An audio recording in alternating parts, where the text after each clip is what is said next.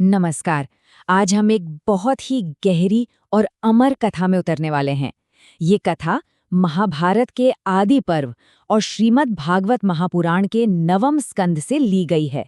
ये कहानी है चक्रवर्ती सम्राट ययाति की, एक ऐसी कहानी जो भोग, तृष्णा और वैराग्य के बीच के शाश्वत संघर्ष को दिखाती है। तो चलिए इस कथा को सिर्फ सुनते नहीं, महसूस करते हैं, क्योंकि ये महज एक राजा की कहानी नहीं है, ये हम सबकी कहानी है। ये हमारे अंदर चल रही इच्छाओं की और सच्ची संतुष्टि की उस खोज की कहानी है जो हर इंसान करता है। कहानी की शुरुआत होती है उस प्राचीन काल से, जब देवताओं और असुरों के बीच हमेशा युद्ध छिड़ा रहता था। और उसी माहौल में एक छोटा सा झगड़ा, एक मामूली सा विवाद कई लोगों की जिंदगी का रुख हमेशा के लिए मोड़ देता है। देखिए, हमारे सामने दो शक्तिशाली स्त्रियां हैं। एक तरफ हैं देवयानी, जो असुरों के महान गुरु, मृत संजीवनी विद्या के ज्ञाता महर्षि शुक्राचार्य की इकलौती स्वाभिमानी बेटी हैं। और दूसरी तरफ हैं शर्मिष्ठा, दानवराज वृषभपर्वा की बेहद सुंदर और शाही राजकुमारी। कहने को तो दोनों पक्की सहेलियां थीं, लेकिन उनके दिलों में एक दूसरे के लिए ईर्ष्या हमेशा छिपी रहती थी। और यही ईर्ष्या एक बड़े टकराव का बीज बो रही थी। एक दिन की बात है, दोनों अपनी हजारों सहेलियों के साथ जंगल में घूमने गईं। वहां खिले हुए कमलों से भरे एक सुंदर तालाब में सब नहाने लगीं। लेकिन तभी हड़बड़ी में शर्मिष्ठा ने गलती से देवयानी के कपड़े पहन लिए। अब देखिए, ये एक छोटी सी भूल थी, लेकिन दोनों के अहंकार ने इसे एक भयानक झगड़े में बदल दिया। देवयानी गुस्से में चिल्लाई, तू एक असुर की बेटी है और मैं एक ब्राह्मणी, तेरी हिम्मत कैसे हुई मेरे कपड़े छूने की? ये ताना सुनकर शर्मिष्ठा का गुस्सा 7वें आसमान पर पहुंच गया। उसने अपनी सखियों को हुक्म दिया कि इस देवयानी को बिना कपड़ों के ही पास के एक सूखे कुएं में फेंक दो। और ठीक उसी वक्त नियति अपना खेल खेल रही थी। चक्रवर्ती सम्राट ययाति उसी जंगल में शिकार कर रहे थे। प्यास बुझाने के लिए पानी ढूंढते ढूंढते उन्हें कुएं से किसी के रोने की आवाज आई। उन्होंने अंदर झांका और देवयानी को बचाने के लिए फौरन अपना हाथ आगे बढ़ा दिया। जैसे ही ययाति ने देवयानी को बाहर निकाला, देवयानी ने कहा, हे वीर शिरोमणि, आज तक किसी भी पुरुष ने मेरा हाथ नहीं पकड़ा था। आपने मेरा स्पर्श किया है, इसलिए धर्म के अनुसार अब आप ही मेरे पति हैं। राजा ययाति इस अचानक आए प्रस्ताव से हैरान रह गए, पर उन्होंने कहा कि अगर देवयानी के पिता शुक्राचार्य सहमत होंगे तो उन्हें ये विवाह स्वीकार है। जब शुक्राचार्य को अपनी बेटी के अपमान का पता चला तो वो गुस्से से कांप उठे और दानवराज वृषभपर्वा के पास पहुंचे। अपने गुरु के क्रोध से पूरे असुर साम्राज्य को बचाने के लिए वृषभपर्वा को गिड़गिड़ाना पड़ा। तब देवयानी ने एक शर्त रखी, राजकुमारी शर्मिष्ठा अपनी सहेलियों के साथ पूरी जिंदगी मेरी दासी बनकर रहेगी। तो इस तरह एक झगड़े का अंत हुआ। लेकिन यहीं से कहानी के दूसरे अध्याय की शुरुआत हुई। एक ऐसा अध्याय जहां एक वचन, एक गहरा रहस्य और आखिर में एक भयानक श्राप छिपा था। देवयानी से शादी करते वक्त राजा ययाति ने उसे एक पक्का वचन दिया। उन्होंने कहा कि दासी के रूप में आई शर्मिष्ठा से वो हमेशा दूर रहेंगे और उसे कभी भी पत्नी का अधिकार नहीं देंगे। लेकिन यहाँ एक बहुत बड़ा सवाल खड़ा होता है, क्या कोई भी वचन इंद्रियों के जबरदस्त आकर्षण और किस्मत के खेल के आगे टिक पाता है? वक्त गुजरता गया।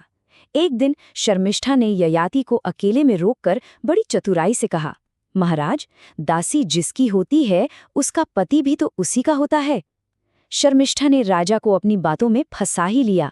ययाति अपना वचन तोड़ बैठे और शर्मिष्ठा से उनकी 3 बेटे हुए, द्रुहु, अनु और पुरु। और फिर एक दिन सारा राज खुल गया। देवयानी ने जंगल में शर्मिष्ठा के बेटों को खेलते हुए देखा। जब बच्चों ने बताया कि उनके पिता राजा ययाति हैं, तो देवयानी के पैरों तले जमीन खिसक गई। वो गुस्से और धोखे की आग में जलती हुई सीधा ययाति के पास पहुंची और उन पर अपना वचन तोड़ने का आरोप लगाया। जब ये खबर शुक्राचार्य तक पहुंची तो उनका गुस्सा भड़क उठा। उन्होंने राजा ययाति को श्राप दिया कि तुम इसी पल अपनी जवानी खोकर बूढ़े हो जाओ। और श्राप ने तुरंत काम किया। पलक झपकते ही युवा राजा ययाति एक कमजोर बूढ़े आदमी में बदल गए। अपनी जवानी अचानक खो देने के बाद बेबस ययाति के पास अब सिर्फ एक ही रास्ता बचा था, अपने बेटों से एक ऐसी मदद मांगना जिसकी कोई कल्पना भी नहीं कर सकता था।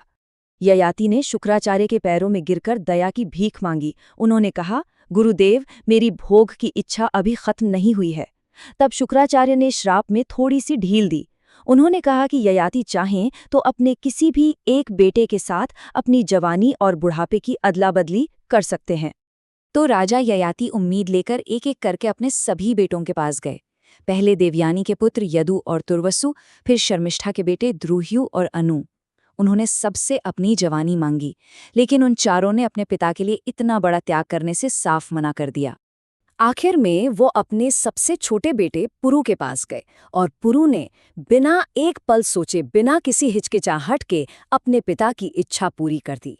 उसने अपनी जवानी उन्हें दे दी और बदले में उनका बुढ़ापा खुशी खुशी स्वीकार कर लिया। ये एक बेटे का अपने पिता के लिए सबसे महान त्याग था। अपने बेटे पुरु की जवानी पाकर राजा ययाति ने अपनी जिंदगी का आखिरी और सबसे लंबा अध्याय शुरू किया।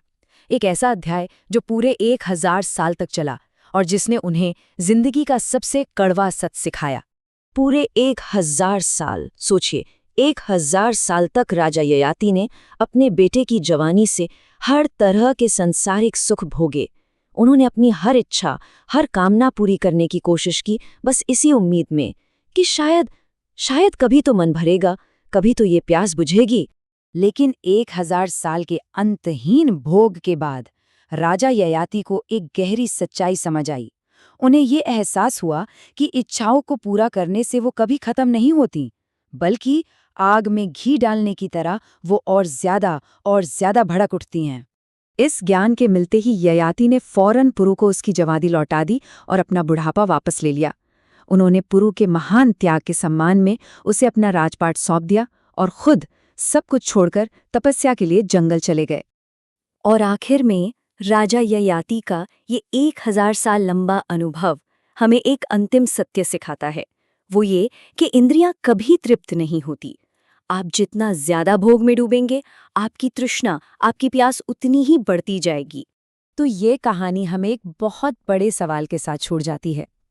अगर सांसारिक चीजों के भोग से सच्ची, स्थायी संतुष्टि नहीं मिलती, तो फिर वो मिलती किससे है? उसका असली स्रोत क्या है? ये एक ऐसा सवाल है जिस पर हम सबको सोचना चाहिए।